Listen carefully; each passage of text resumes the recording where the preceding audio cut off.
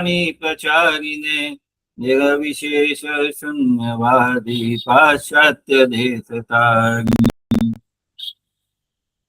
नमो महावदान्याय कृष्ण प्रेम प्रदायते कृष्णाय कृष्ण चैतन्य नाम्ने गौरक्षिषे नमः पंचतत्वात्मकं कृष्णं भक्तरूप स्वरूपकं भक्तावतारं भक्ताख्यं नमामि भक्तशक्तिकम् हे कृष्ण करुणा सिंधो दीनबंधो जगत्पते गोपेश गोपिका कांत राधा कांत नमस्तुते तप्ते कांचन गौरांगी राधे वृंदावनेश्वरी वृषभानुसुते देवी प्रणमामि हरिप्रिये नीलाचल निवासाय नित्याय परमात्मने बलभद्र सुभद्राभ्यां जगन्नाथाय ते नमः।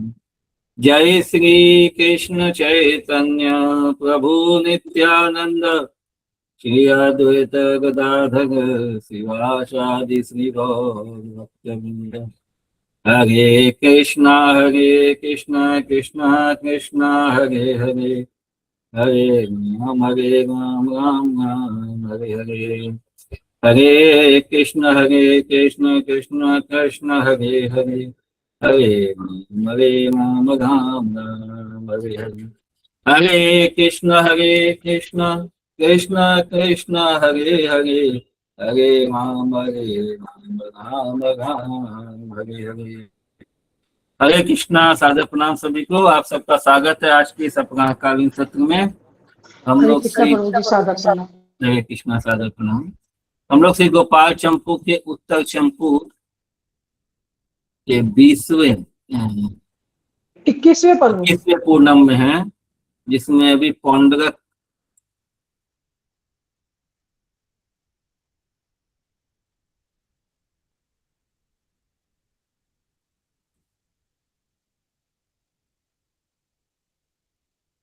पौंडरक आदि के निमित्त बलदेव जी का द्वारका में आना।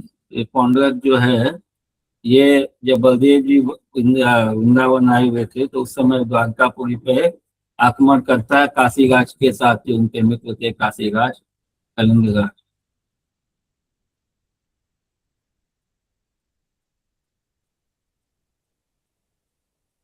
पौंडरक क्या करता है, वो वासुदेव का भेष चतुर्भुज नारायण का रूप बना करके वहां जाता है। ब्राह्मण होने के द्वारपालों के द्वारा उसको रोका नहीं गया, तो बोला कि देखो भाई, मैं सर्व वेद वेत्ता आदि को सेवित अंतर्यामी स्वरूप वासुदेव के द्वारा। तो एक दूत को भेजता है पहले द्वारका की सुदामा सभा में। तो दूत चूंकि ब्राह्मण था इसलिए उसको रोका नहीं, वो आकर के बताता है कि किस तरह से ये पौंडरक जो है वो वहां पे उपस्थित हुआ है। तो आज हम लोग श्लोक संख्या 4 से करेंगे। 7 से ना प्रभु, कल 6 तक हो गया था। अच्छा हाँ, बलराम जी हास्य पूर्वक बोले। तो पंडित जो आता है वो बताता कि पौंडरक जो है सबसे ऊंचा है, वो साक्षात देवगुरु बृहस्पति का रूप है इत्यादि, इस तरह से उसका प्रशंसा करता है।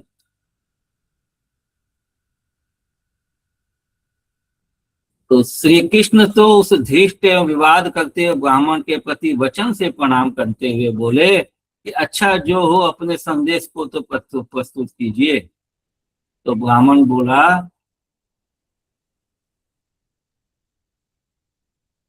श्री कृष्णस्तुतं धृष्णजं विवदमानं विप्रं वचसा प्रणमन्नुवाच भवतु सन्निविष्टं विनिविष्टं कियतां। विप्र उवाच संदिष्टम् इति किमुच्यते श्रीभगवद्दृष्टम्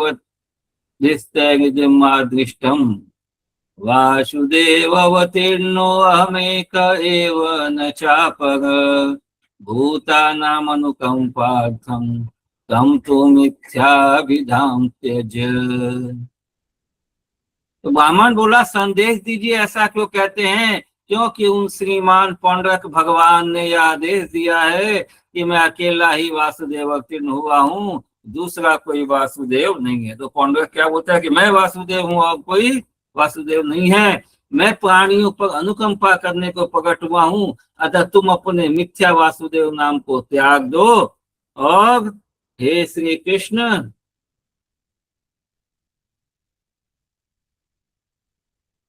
तो मूर्खता के कारण हमारे श्री वत्स शंख चक्र आदि जिन चिन्हों को धारण किए हुए हो, उन सबको छोड़कर मेरी शरण में आ जाओ। यदि ऐसा नहीं करते हो तो मेरे लिए युद्ध का दान करो, अर्थात मेरे साथ युद्ध करो। यानि तम अस्मि चिन्हानि मौढ़्याद्वरसि सात्वतः, त्यक्त्वा हि माम तम शरणं, नो चेद देहि मम अहवम् इति। श्री बलराम दोनों हाथों को पीस कर गस्तम अधूरे वचन बोले, दांतों को कि हाथों को पीसना। उसके बाद दोनों दूत बोले, उसके बाद से उग्रसेन आदि वे सब सभासद उग्र दृष्टि के सहित उस ब्राह्मण को विस्तार पूर्वक देखते हुए कुटिल अट्टहास के साथ अंग चलाने लगे। राम सहस्त्रपेशं प्रस्तमुवाच, ततस्तत दूता उचतु, ततश्च सर्व एवा खर्व मुग्रम उग्रसेनागणयस्ते तमुग्र पश्यता पश्यंत शाट्ट अट्टहास भंगम घट्टयामासु। तो जो यादवों की सभा में उग्रसेन और बाकी जो यादव थे वो सुन के अट्टहास करने लगे। श्री कृष्ण पुनः यह बोले, ये पहले स्वभाव सिद्ध वासुदेव नाम को प्राप्त करने वाला मैं भी अब उस वासुदेव नाम को किस प्रकार दूर कर सकता हूं। श्री कृष्ण पुनर्गिदम उवाच, प्रागोत्पत्ति की वासुदेवतां पन्न, कथमहमपि ताम अभिधाम दूरे विधातुं शक्नोमि। इस विषय में कुछ सभासद तो हंसी की बात करते बोले, इस समय उस पौंड्रक का भी वसुदेव जी से उत्पन्न होना या आपके समान शंख चक्र आदि चिन्ह धारण करना हो भी सकता है, इस रहस्य को कौन जान सकता है। अत्र तु केचिद इदं सोत्प्रामसमुचु, का इदं विदन्तु भवेदपि सांप्रतं कस्यापि तथात्वमिति। तो श्री कृष्ण ने तो प्रणय कोप पूर्वक उनको रोककर लज्जा के सहित मृत्यु हास्य की को प्राप्त अपनी वाणी को पूर्ण कर दिया कि हे हास्य रसिक सभासदों, परिहास को त्याग दो। हे विप्रवर, आप मेरे वचन श्रवण करें। उस पौंड्रक के वे शंख चक्र आदि चिन्ह तो उसके अंग में प्रकट रूप से विद्यमान है ही, और यदि उसके स्वभाव सिद्ध चिन्ह किसी प्रकार मैंने चुरा लिए हैं एवं उसके पास अब जो चिन्ह है वे कृत्रिम हैं, तब तो मेरे द्वारा चुराए हुए पहले चिन्हों की भी कृत्रिमता उपस्थित हो जाएगी, अथवा दूसरी प्रकार से भी हो, अर्थात वे चिन्ह अकृत्रिम भी हो, तो भी मैं सत्य उन चिन्हों को उस पौंड्रक के निकट भेज देता हूँ, किंतु अपने हाथों से अर्पण करने से ही अच्छा होगा। वह पौंड्रक भी साक्षात प्रकट होकर उन शंख चक्रादि चिन्हों को सावधान होकर स्वयं ही ग्रहण करे, या मेरे सम्मुख गमन करने के लिए आग्रह भी प्रकट करे तो भला हो। और जिस आग्रह में वह पौंड्रक भूमि लाभ के कारण अर्थात हमको मारकर हमारी भूमि की प्राप्ति के कारण श्रेष्ठ पक्ष में भूमि लाभ से अर्थात स्वयं भूमि में गिर कर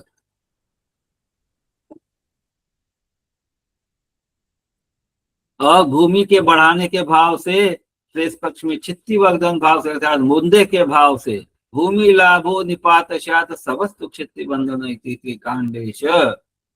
कांड शेष आश्वास धारण करने वाली महानिद्रा को प्राप्त हो जाए, मतलब हमेशा के लिए सो जाए धरती पे, तो श्वास रहित महानिद्रा को अर्थात मृत्यु को भी प्राप्त कर लेगा। तो भगवान बोलते हैं कि ठीक है, यदि वो बोलता है कि उसके चिन्ह मैंने चुरा लिए हैं, तो फिर वो चुराए हुए चिन्ह तो फिर ये जो मेरे जो शरीर में जो चिन्ह है तो वे भी हटाए जा सकते हैं। फिर तो एक काम करो, उसको बोलो कि वो आ जाए तो मैं उसको सामने में दे दूंगा शायद, और भी अच्छा हो कि वो भूमि मतलब युद्ध करे और इसको ले ले। श्री बलराम मुस्कुराकर बोले, उसके बाद तो ये जो प्रसंग चल रहा है ये अभी द्वारका की सभा में जो हुआ था, वहां से दो दूत आकर के ब्रजराज की सभा में ये बता दिया।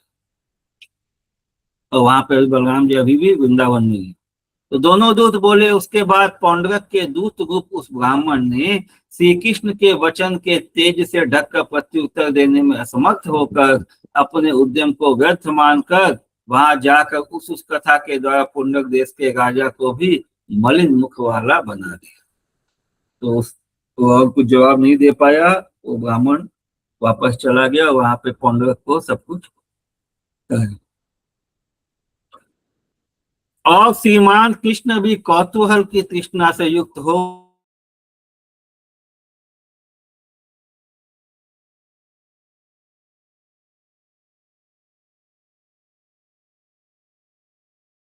आगमन करने वाले हो गए थे। तो जैसे ही भगवान वहां काशी और कौश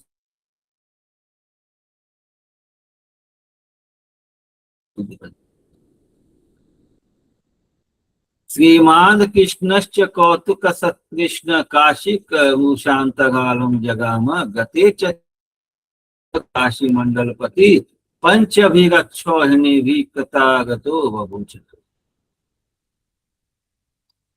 श्री बलराम बाद उसके बाद तो दोनों दूत बोले। उसके बाद नट की तरह अपने समान वेश के लेश वाले उस पुंड को देखते हुए वे श्री कृष्ण तो हास्य के अधीन होने से सावधानी से रहित होकर बैरियों ने शस्त्रों के वृष्टि के द्वारा एक साथ घेर लिए।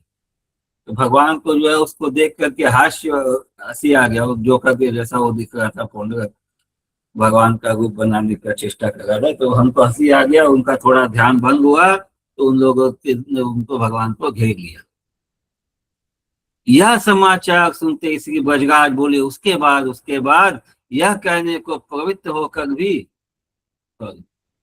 राम उवाच ततस्ततः दूतौचतु ततश्च नटमीव निज तुल्य वेशलेशं परिकलयज्जनीत सपुण्ड्रकं तं हसितवशतयावधान शून्य।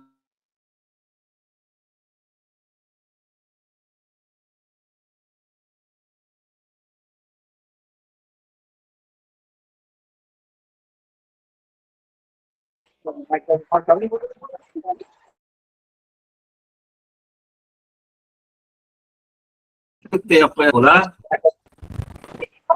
सत्यनारायण प्रभु म्यूट करिए। सत्यनारायण एक मिनट हम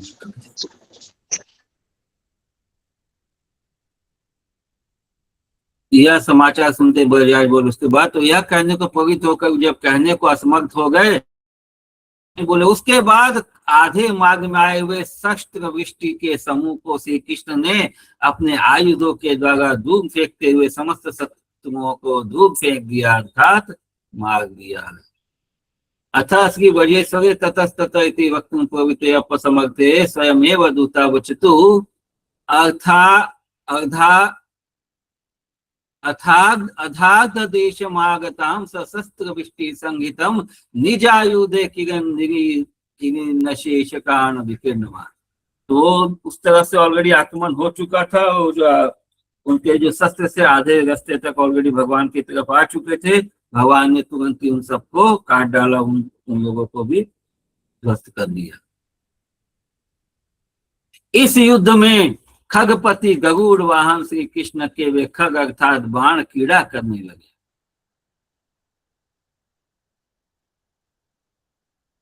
खगपति वाहन यानी कि गरुड़ वाहन श्री कृष्ण के वे खग अर्थात बाण कीड़ा करने लगे।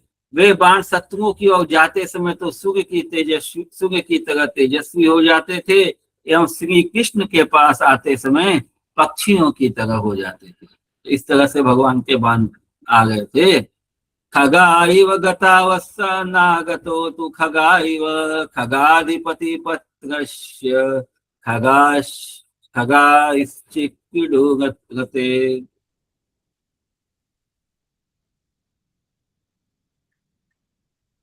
उसके बाद शत्रुओं का जो सैन्य स्थल पहले घोड़ा, हाथी एवं नरश्रेष्ठों के गणों से घिरा हुआ था, पीछे वही सैन्य स्थल सिंगाल, गिद्ध, कौआ एवं प्रेत आदिकों के समूह से घिरे समझ गए। तो वहां पे गिद्ध और सियाग ये सब उनको डेड बॉडी को नोचने के लिए आ गए।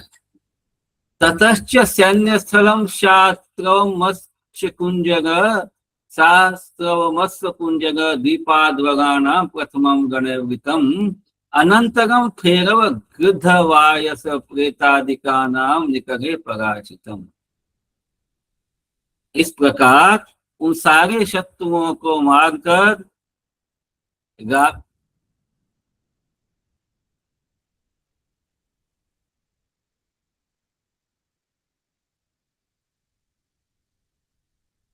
इस प्रकार उन सारे शत्रुओं को मारकर ब्रजराज वंश के तिलक श्री कृष्ण पुंडरक राज के प्रति इशारे से हंसी करके बोले कि मैं तो त्रिलोकी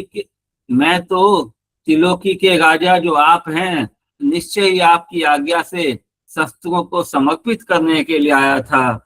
उस विषय में व्यर्थ व्यवधान करने वाले इन सैनिकों को मैंने तिरोहित कर दिया अर्थात मार कर दूर कर दिया है।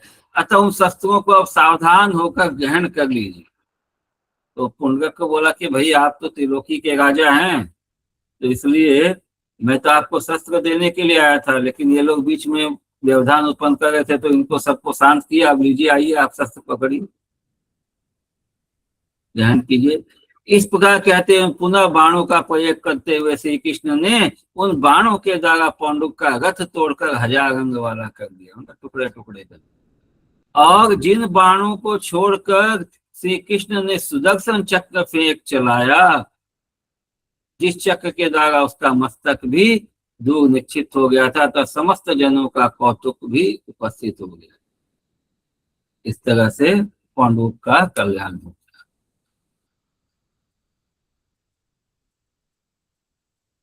19 उस समय विनाश को प्राप्त करता हुआ काशीपति भी अपने सिर को काटने के लिए श्री कृष्ण ने कब बाण छोड़ दिए, इसके लिए दृष्टि को फैलाने के लिए भी अवकाश को न प्राप्त करो। देख भी नहीं पाया कब कृष्ण का बाण आया और उस काशीराज का भी सिर कट गया। उस समय काशीपति के भवन का जन समुदाय तो चारों ओर फैल कर आता हुआ आकाश से उतरते उसके सिंह के प्रति नेत्र फैलाने लग गया। तो उसका जो सिंह था काशीपति का, वो बाण से भगवान ने ऐसे उसको काट के फेंका कि वो आकाश से होता हुआ उसके साथ भवन में जाकर के उसके पिता के पास में गिर गया। उसका वर्णन यथा जिस मस्तक के आकाश से आते समय जिस काशीपति के पुत्र पौत्र पपौत्र कन्या छोटे भाई स्त्री दूसरे जनों ने यह कहा था कि यह कमल स्वर्ग से आ रहा है, यह मेरा है, यह मेरा है, यह मेरा है, किंतु पश्चात उन्हीं सब जनों ने श्री कृष्ण के बाण से फेंके हुए अतः अस्त व्यस्त होकर नीचे गिरते हुए उस काशीराज के उस मस्तक को स्पष्ट देखकर पीड़ादायक होने के कारण वज्र ही मान लिया। पुत्र पौत्र प्रपौत्र दुहित अभिगनुजे स्त्री अभिगन्येश्च यस्य स्वगादितिदमब्जं मम मम मम मेति उक्तमायाति यस्मिन् काशीराजस्य तस्य प्रकटम् असुगजित् पत्रिक्षिप्तमस्तं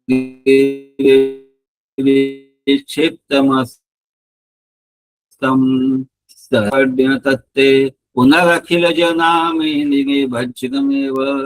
पहले दूर से उनको वो कटा हुआ मस्तक जो नीचे गिरता हुआ लगा था, जैसे आकाश से सद से कोई कमल का फूल आ रहा है, तो जब वो नजदीक आके उसको देखे तो उनको हृदय में चोट लगी, पीड़ा हुई।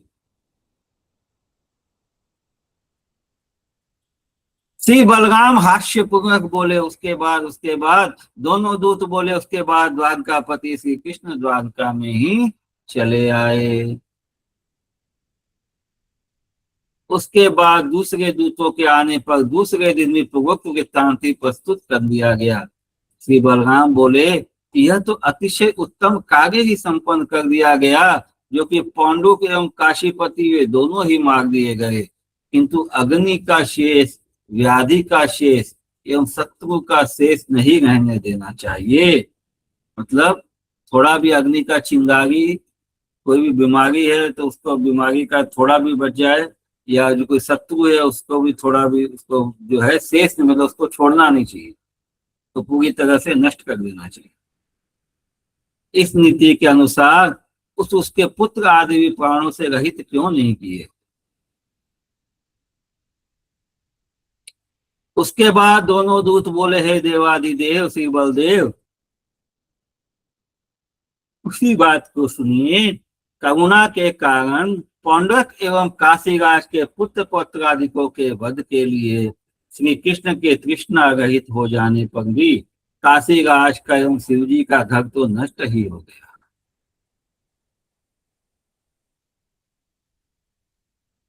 अथा दूत चतुर देवत देव श्रूयताम घृणया तत् अदधर्म अदधाम मत कृष्णे अपि श्री कृष्णे काशी क्षितिस्वरस्य विश्वेश्वरस्य च नश्वर धाम ताजा। देखो, सुदक्षिण नामक काशीराज के पुत्र ने अपने पिता के वध को नीचा मुख करके देखकर पुनः नीचा मुख करके ही शिव जी की आराधना भी प्रारंभ कर दी।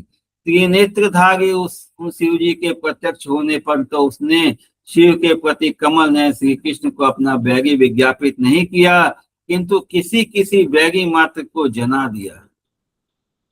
शिव जी तो उसके प्रस्तुत विषय को तुच्छ समझकर उसकी आराधना का तिरस्कार कर तेरा यह सब करा धरा भस्म के समान है, इस प्रकार मुस्कुराकर सूचना करते हुए उसके प्रति बोले, यदि ब्राह्मण का द्वेषी ही मारने के रूप से गणनीय होगा, तब तो निंदित ब्राह्मणों के साथ भी आराधित व दक्षिणाग्नि तुम्हारे अभिलाषित का आचरण करेगा। उसके बाद इस प्रकार की सूचना भी प्रकाशित कर दी कि तुम्हारे मारने योग्य व्यक्ति यदि ब्राह्मण भक्त हुआ, तब तो वह दक्षिणाग्नि ही उन अधम ब्राह्मणों को भी नष्ट कर देगी। तो उनका जो पुत्र था सुदक्षिण, उसने शिव जी की पूजा की, शिव जी की पूजा करके उनको तुष्ट करके उनसे कुछ वरदान मांगा, तो शिव जी ने इस तरह से उनको वरदान दिया।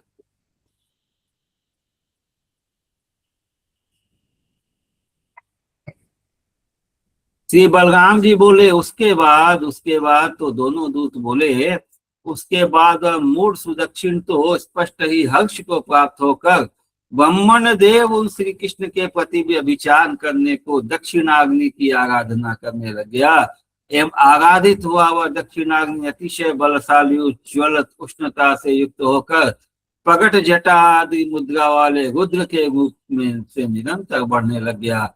और उसके बाद द्वारका की ओर दौड़ते हुए उपद्रव करते हुए उस अग्नि का वे रुद्रगण आगे पीछे के भाव से व्यग्रता पूर्वक अनुगमन करने लगे।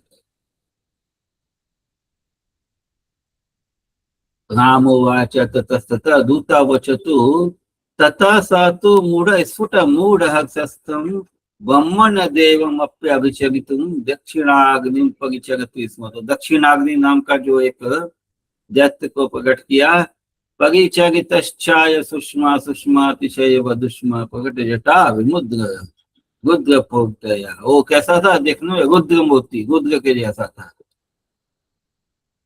और वो क्या द्वारका की तरफ दौड़ पड़ा।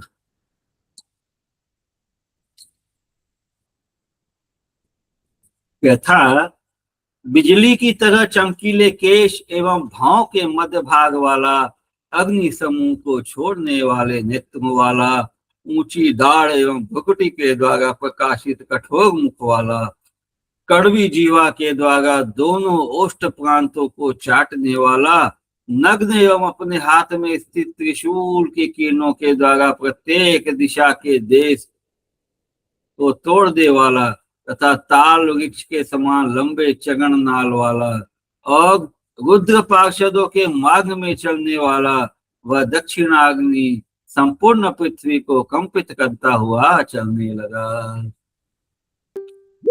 विद्युत केश कुच ज्वलदानिचयम् मुक्तचक्षुरुद्दण्ड दृष्टा मुकुटयद्यत कठोरानन् न कटुग संगालीड सुकृद्वयान्त नग्न शूलांशु भग्न प्रतिदिश विषयस्ताल तुल्याङ्घ्रिनाल शर्वां मुक्तिपुधुनान प्रमथ पथ पथ सोऽयम् अग्नि ससार।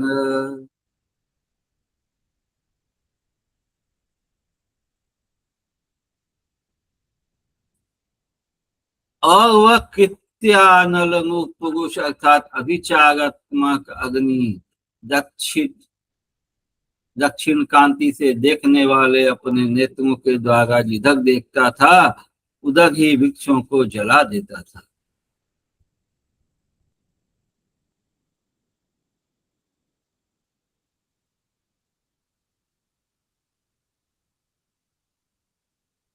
श्री ब्रजराज भय पूर्वक बोले, उसके बाद दोनों दूत बोले, उस कृत्यारूप अग्नि के दाह से भय समूह को धारण करने वाले द्वारका के लोगों को दूर से ही देखकर साग पासों में अपना पक्ष ग्रहण करने में तत्पर होने के कारण उस कृत्यारूप अग्नि के विषय में अवज्ञा करने वाले श्री कृष्ण के द्वारा आदेश मात्र पाने वाला सुदर्शन चक्र उस कृत्याग्नि को भगाता हुआ काशी को विनाश भाव को प्राप्त करने वाले कंके कोमलता धारण करता हुआ श्री कृष्ण के चरणों के निकट बैठ गया।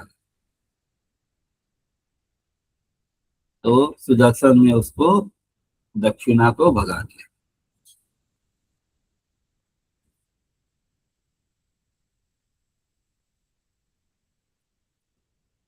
रामम उवाच किंचित विवित्याम दूता उच्चतु। श्री बलराम बोले, कुछ विशेष खोल कर और डिटेल में बताओ। तो दोनों दूत बोले, उस समय वह कृत्यारूप अग्नि सुदर्शन चक्र के आगे भागता हुआ इस प्रकार दिखाई देता था कि मानो प्रलय कालीन सूर्य समूह से डंकर खद्योत भाग रहा है। कबूतर। द्वारका को दग्ध करने के समय उस कृत्याग्नि के सैनिक रूप जो रुद्र के गण थे वे कुछ तो कृत्यारूप अग्नि ने ही जला दिए एवं कुछ गण सुदर्शन चक्र रूप अग्नि के द्वारा जल गए और वह कृत्यानल भी शीघ्र ही काशी में प्रवेश करके याज्ञिकों के सही सुदक्षिण को जलाता हुआ सुदर्शन चक्र से स्वयं भी जल गया। तो वो जो कृत्या था, जो दक्षिणा नाम से जो था, वो वापस भागता हुआ काशी में आया और जो सुदक्षिण था, जो काशी नरेश का जो लड़का था जो यज्ञ वगैरह कर रहा था वहां पे, उसको जो सुदक्षिण को जलाता हुआ वो कृत्या जो है उसको फिर स्वयं भी सुदर्शन से ही जल गया। पश्चात जिस चक्र रूप अग्नि में काशी पुगी भी स्वयं जल गई। इसलिए उस समय काशी पुगी भी जो है पूरा अग्नि से जल गया था। तो पढ़िए माता जी 34 से। हरे कृष्ण प्रभु जी।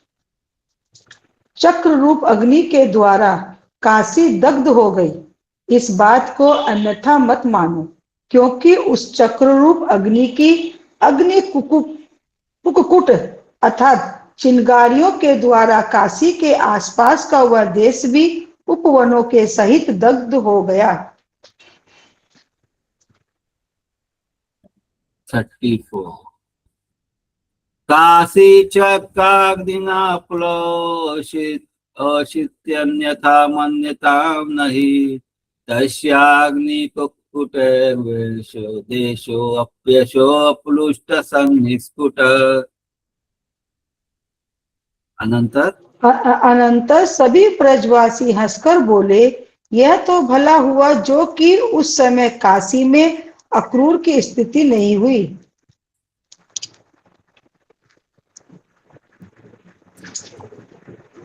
36 नंबर में 35 प्रभु। 35 अथ सर्वे सहासं पोचु कल्याणम जातम यद्र कुरस्य तत्र तावत स्थितिनम जात। तो सब बोला कि अच्छा उस समय अक्रूर जी जो है काशी में नहीं थे, क्योंकि अक्रूर जी भी शिव भक्त बने थे ना, वो मणि पाने के बाद में और काशी जा गए थे।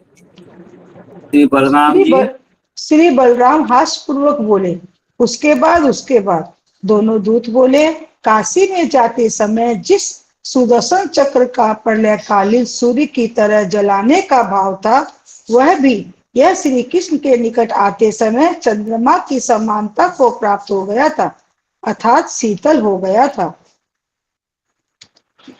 हरे कृष्ण। गतो चक्नस्य यस्या शीतकल्पाकतवं तदप्यद आगतो हरिपार्श्वाय शीतां सुषमतां गतम्। तो जब वो काशी की तरफ जा रहा था सुदर्शन तो बहुत रौद्र रूप में था, तो सबको जलाने वाले मूड में था, लेकिन वापस भगवान की तरफ जा रहा था तो सूतल चंद्रमा की तरफ हो गया। श्री बलराम बोले, जो सुधर्मा सभा में दुर्वचन बोल रहा था वह निंदनीय ब्राह्मण कहाँ चला गया? दोनों दूत हंसकर बोले, उस अविचारात्मक कृत्य अग्नि के नित्य करने के स्थान में ही चला गया, अर्थात उसी में भस्म हो गया। राम उवाच यस्तु दुर्वाक्यम ब्रवीत स्म ब्राह्मण ब्रुव सक्कनुगत दूतो सहा समुचितु कित्याग्नि नित्यालय एव।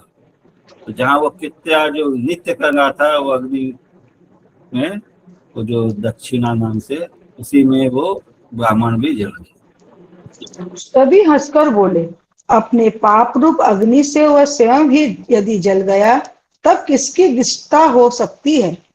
क्योंकि जिस विषय में उस कृत्य अग्नि का भी अपने दुष्प्राय स्थान पर भेजने के कारण भेजने वालों के ऊपर क्रोधी जाना जाता है।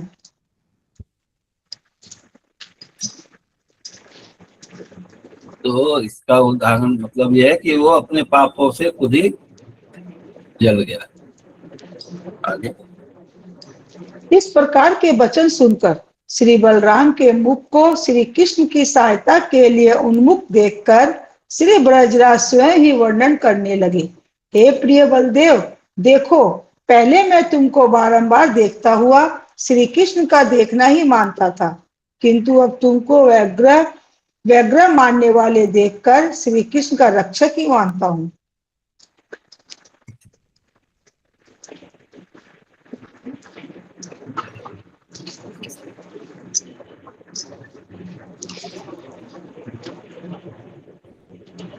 तो ब्रजराज जी बोले, क्योंकि अभी वो देख रहे थे कि बलराम जी बहुत बेचैन हो गए हैं श्री कृष्ण का ये जो क्या नाम है, ये सब युद्ध का समाचार सुन करके। तो फिर वो बोलने लगे कि प्रिय बलदेव देखो, पहले मैं तुमको बार बार देखता हुआ श्री कृष्ण का देखते, अभी आप थे तो हमको लगा था कि चलो श्री कृष्ण है यहाँ पे, किंतु अब तुमको व्यग्र मन वाले देखकर श्री कृष्ण का रक्षक ही मानते हो। अब हमको लग रहा है कि नहीं, आप श्री कृष्ण की रक्षक है, मतलब कि उनको जाने की अनुमति देंगे। आगे श्री बलराम आंसुओं के सहित बोले, यह मेरा शरीर आप रूप पिता को एवं श्री कृष्ण रूप उस भैया को यदि एक साथ देखता है तब तो इस शरीर का एक के हो जाए, अर्थात यह एक बना रहे। यदि एक साथ न देख सके तो यह मेरा शरीर दो प्रकार से वितीर्ण हो जाए। यदि त्वां पितरं तं च भ्रातरं सममीक्षते सोऽयं कायस्तदेकस्य जायता मन्यदा द्विधा।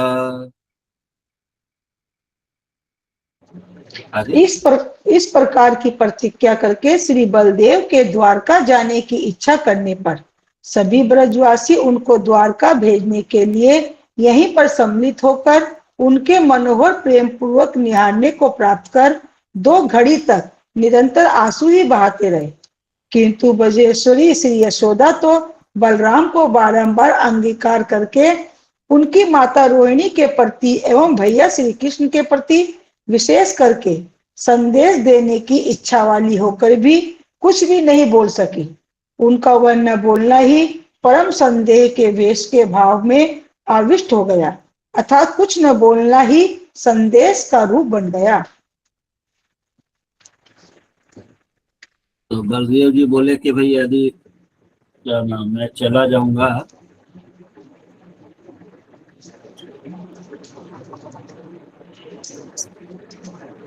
कि आप ब्रजराज और कृष्ण को एक साथ देखना है तो फिर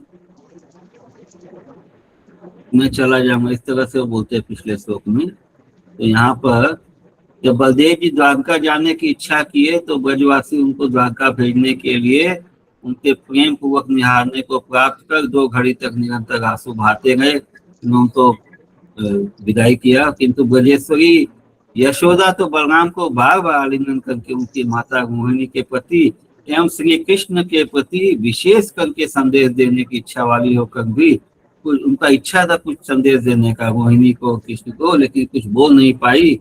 और वो न उनका ना बोलना ही परम संदेश के वेश के भाव में, तो ना बोलना ये उनका जो है संदेश बन गया। आगे अधिक कहने से क्या, देखो पिता माता मित्र एवं अन्य समस्त ब्रजवासियों का श्री कृष्ण के अत्यंत विरह रूप ज्वर से संयुक्त जो चरित्र था, वह संपूर्ण चरित्र ही श्री कृष्ण के निमित्त स्वयं संदेश के लिए हो गया था। जिस चरित्र में वह दूसरा संदेश तो उस समय स्पष्ट व्यर्थ होकर लज्जा करके मानो अतिशय लीन हो गया था।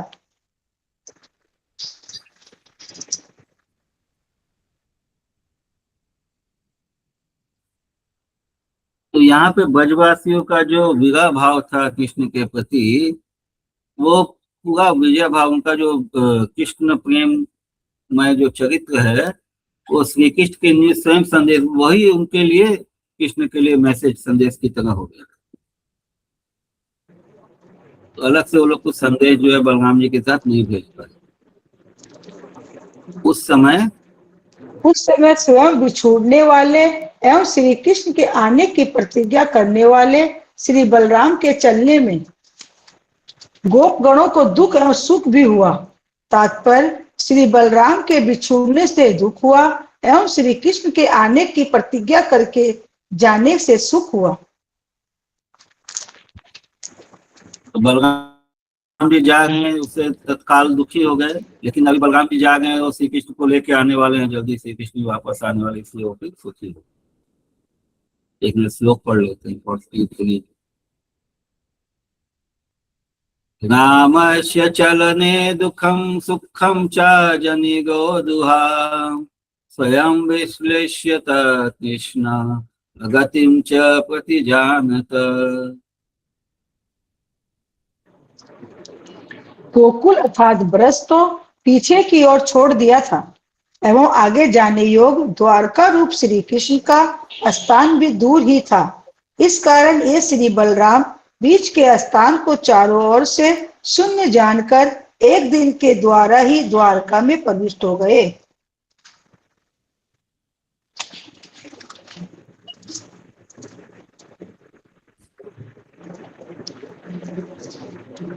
कितना नंबर था माता जी? 44 पढ़ो। बीच बीच में नेटवर्क आया।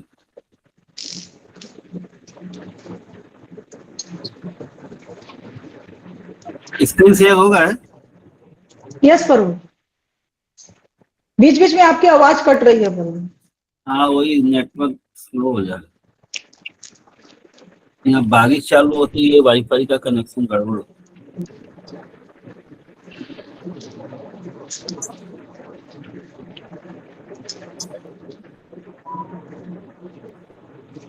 बलराम जी जो है एक ही दिन में द्वारका पहुंच गए। 44 पश्चात्यक्तम गोकुलम गम्यमग्रे कृष्ण स्थानम दुर्गमित्येष राम मध्यम शून्यम संविधान समन्ता एदेकनाया द्वारकायाम विवेश। एक ही दिन में जो है बलराम जी भगवान पहुंच गए द्वारका। इस विषय में श्री हरिवंश पुराण के कथन का हम इस प्रकार अनुमोदन करते हैं कि अनंतर श्री कृष्ण ने आए हुए बलदेव जी को देखकर उद्धव का सहारा लेकर पसीने से लथपथ हुए बलदेव से मिलकर पश्चात एकांत में ले जाकर आंसुओं से व्याकुल होकर पहले समस्त ब्रज में एक साथ कुशल पूछा। यह हरिवंश सशनम इत्थम अनुमिदामहे अथागतम बलम उपदृश्य माधव श्रितोद्धव श्रम जल संवृतम मिलन रहो नैन न जलाकुलम पूगा अखिले ब्रजे भाविकम इच्छदे कदा। तो गोकुल वासियों का कुशल क्षेम पूछा भगवान ने। श्री कृष्ण ने माता पिता का ही कुशल पूछा, इस बात का तो कहना ही क्या है। इस प्रकार जनों के मध्य में जन्मात्र का कुशल पूछा एवं भैया बलदेव के प्रति गोगण को एवं वृंदावन के समस्त स्थानवर जंगमों को पूछा। उसी के द्वारा स्वस्थ बुद्धि वाले श्री कृष्ण ने वहीं पर ब्रज के प्रति जाने का निर्णय कर प्रत्येक जन के प्रति जो अधिक कहा था वह कहना ही हमारी बारंबार रक्षा करे। किं वाचं जनकापृच्छदयमित्येवं जनानां जनं लावण्यस्थिरजङ्गमस्य निखिलान् पप्रच्छ यद्भातरम् तेनाश्वस्तमतिव्रजं प्रतिगतिं तत्राप्यशो निर्णय यच्च प्रत्यवदत प्रतिसमधिकं तन्मुः पातु न। भगवान ने ना केवल अपने माता पिता का बल्कि सारे ब्रजवासियों का, ग्वाल बालों का, गोपियों का, यहाँ तक कि वहाँ के मतलब जो गौवे जो थी उनके बारे में भी पूछा।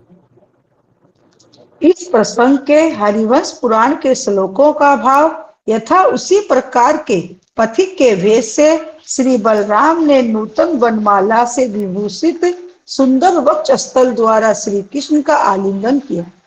हलधर बलराम को शीघ्र आते देख उन श्री कृष्ण ने सहसा उठकर उनके लिए उत्तम आसन दिया। जब बलराम जी बैठ गए तब श्री कृष्ण ने उनसे ब्रज की कुशल पूछी, समस्त बांधों एवं गौओं के विषय में भी कुशल पूछी। तब बलराम जी ने उत्तम भाषण करने वाले भाई श्री कृष्ण को यह उत्तर दिया कि भैया श्री कृष्ण, तुम जिनकी कुशल चाहते हो उनकी सर्वत्र कुशल है। तो भगवान है जाको राखे, क्या बोलते हैं, साइया जाको रखे साइया मार सके ना, तो जाको राखे कन्हैया मार सके ना कोई। तो वो बोल रहे हैं कि भैया कृष्ण, तुम जिनकी कुशल चाहते हो उनकी सबता है। यदि आप चाहते हैं कि वो कुशल है तो वो सही में कुशल ही है। तो बलराम जी इस तरह से उनको बोल रहे हैं। ये श्लोक है 47। यस। तथैवाधन्यवन्वे अन्वेषेण सोपसृष्टो जनार्दनम् प्रत्यगमनमालेन वक्षसा अभिविराजता शत्विष्टा तूर्णमायान्तं राममूलाङ्गलधारिणम् सहसोत्थाय गोविन्दो ददावासनमुत्तमम् उपविष्टं तदा रामं पप्रच्छ कुशलं व्रजे बान्धवेषु च सर्वेषु गोषु चैव जनार्दन प्रत्युवाच ततो रामो भ्रातरं साधुभाषिणा सर्वेषां कुशलं कृष्ण येषां कुशलम् इच्छसीति।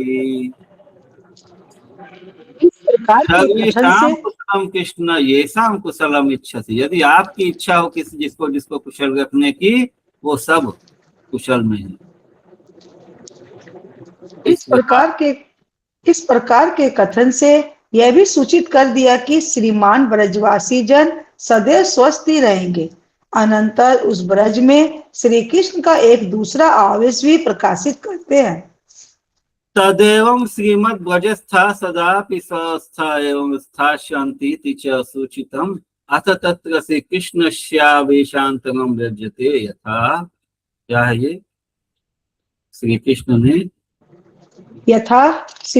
ने बलराम जी के द्वारा लाए हुए दूध पी लिए, फल खा लिए एवं गाय, गंगा, यमुना आदि उन गौओं के नाम तथा पर्वत, वृक्ष आदिकों के नाम भी कह सुनाए।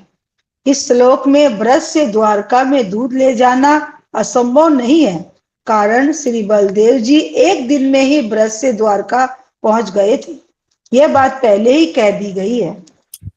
तो श्री कृष्ण बलराम जी के द्वारा लाए हुए, बलराम जी जब आए थे तो ब्रजवासियों ने उनके साथ काफी कुछ उपहार भेजा था। तो जैसे ब्रज का दूध, फल, गंगा, जमुना आदि गौ के नाम तथा पर्वत, वृक्ष आदि के नाम भी कह सुनाए।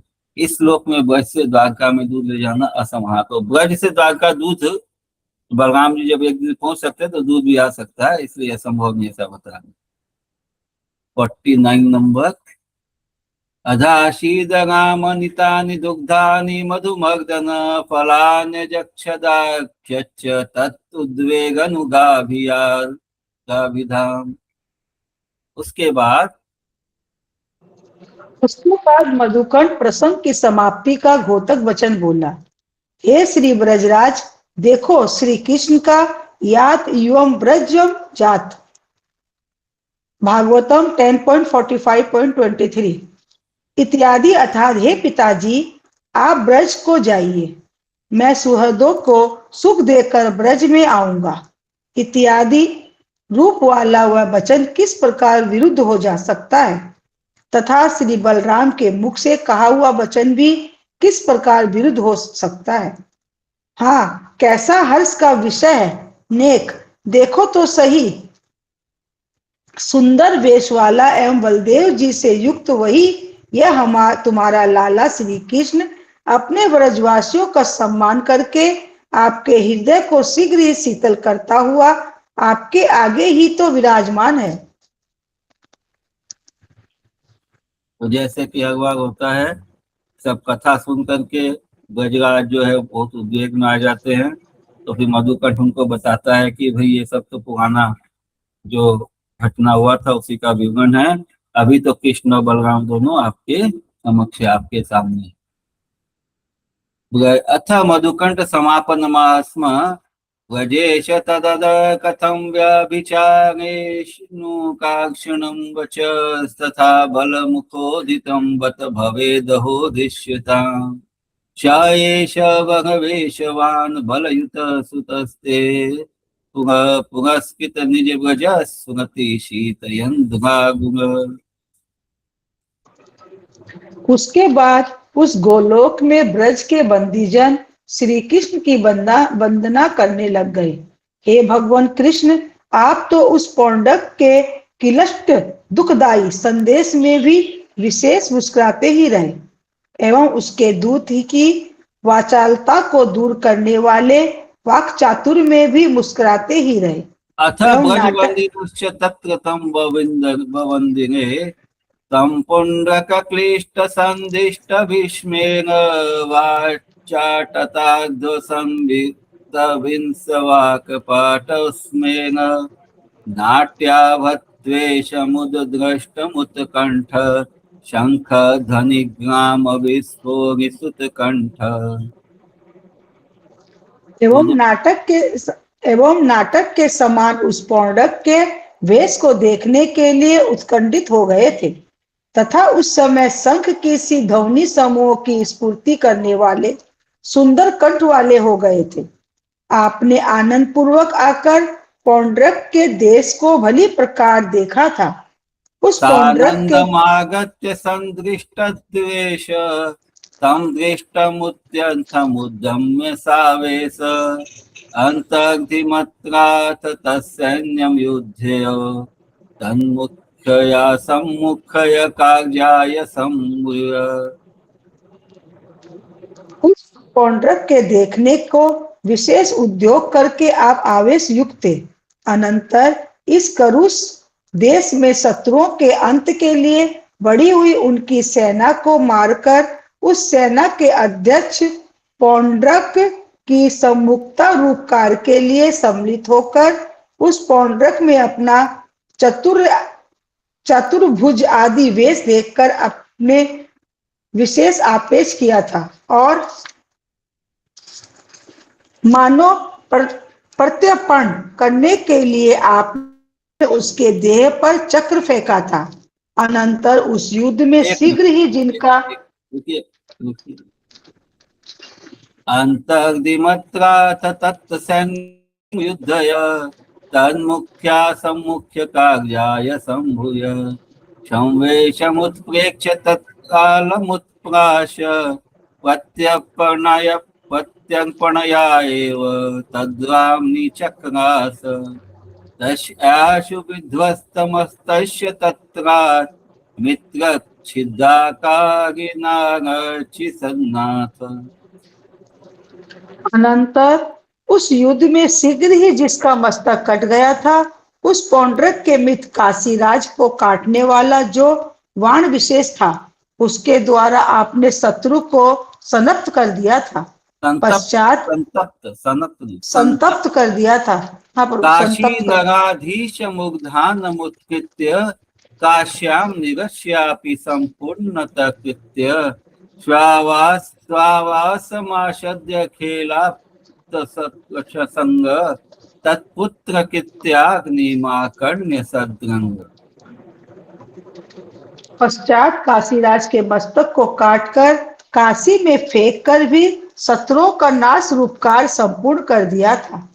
पुनः अपने निवास स्थान द्वारका में पहुंचकर आप चौपड़ के खेल में मित्रों से सम्मिलित हो गए थे एवं काशीराज के पुत्र सुदक्षिण की कृत्यारूप अग्नि को सुनकर आपकी परिहास क्रीड़ा उपस्थित हो गई थी।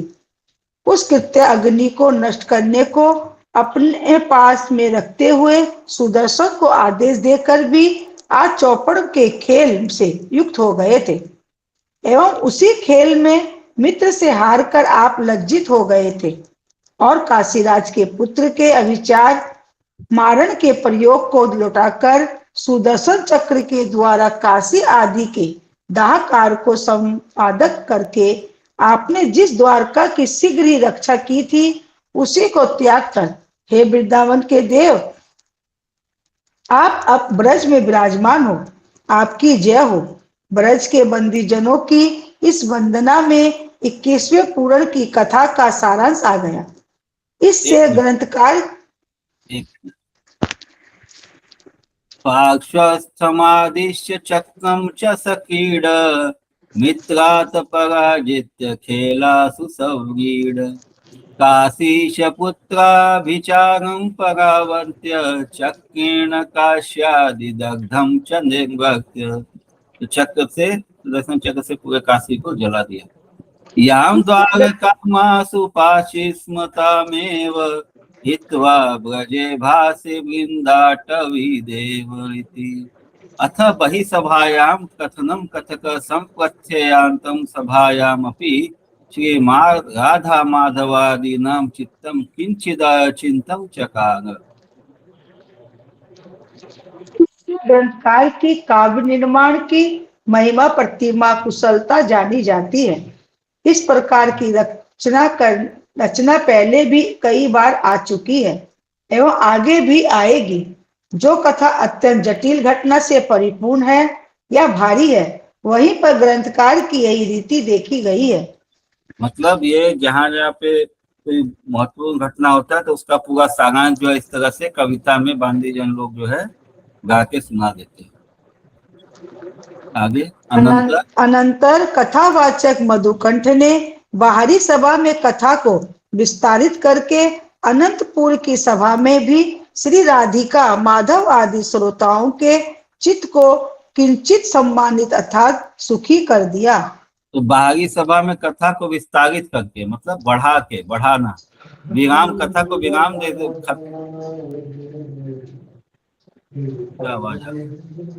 आगे हाँ, कथा को विस्तारित करना, लेकिन वो तो कथा को रोक दिए वहां पे। लेकिन जैसे हम लोग बोलते हैं ना, जैसे दुकान बढ़ा दिए, तो वैसे ही कथा को विस्तारित कर दिया। तो उस दिन को कथा को आगे बढ़ा दिए। यथा श्री बलदेव जी तो ब्रज से द्वारका को चलते हुए भी अपने अनुश्री कृष्ण की प्रियतमा गोपिया साक्षात आश्वासन को प्राप्त नहीं की है। अपने मन में यह जानकर उस रात में किसी बहाने के साथ वही निवास करके प्रातः काल अपने पीछे पीछे आने वाले सभी ब्रजवासियों का प्रयत्न पूर्वक अतिक्रमण करके श्री कृष्ण के विरह में वन के मार्ग में शौक करने वाली उन कृष्ण प्रेयसी गोपियों का अनुगमन करके अच्छी प्रकार आश्वासन देने के लिए अपनी प्रेयसी गोपियों को भी कृष्ण प्रेयसी गोपियों की आज्ञा के वश से उनके अनुगत रूप से वर्ज में निवास करने के लिए ही रोककर कभी कभी पिता के घर जाने के पर्यवासन वाले परिणाम वाले समाधान का विस्तार करने वाली अतः अंगीकार की गई सांत्वना के द्वारा विज्ञ जनों की वहां जाने की अनुमति लेकर चल दिए।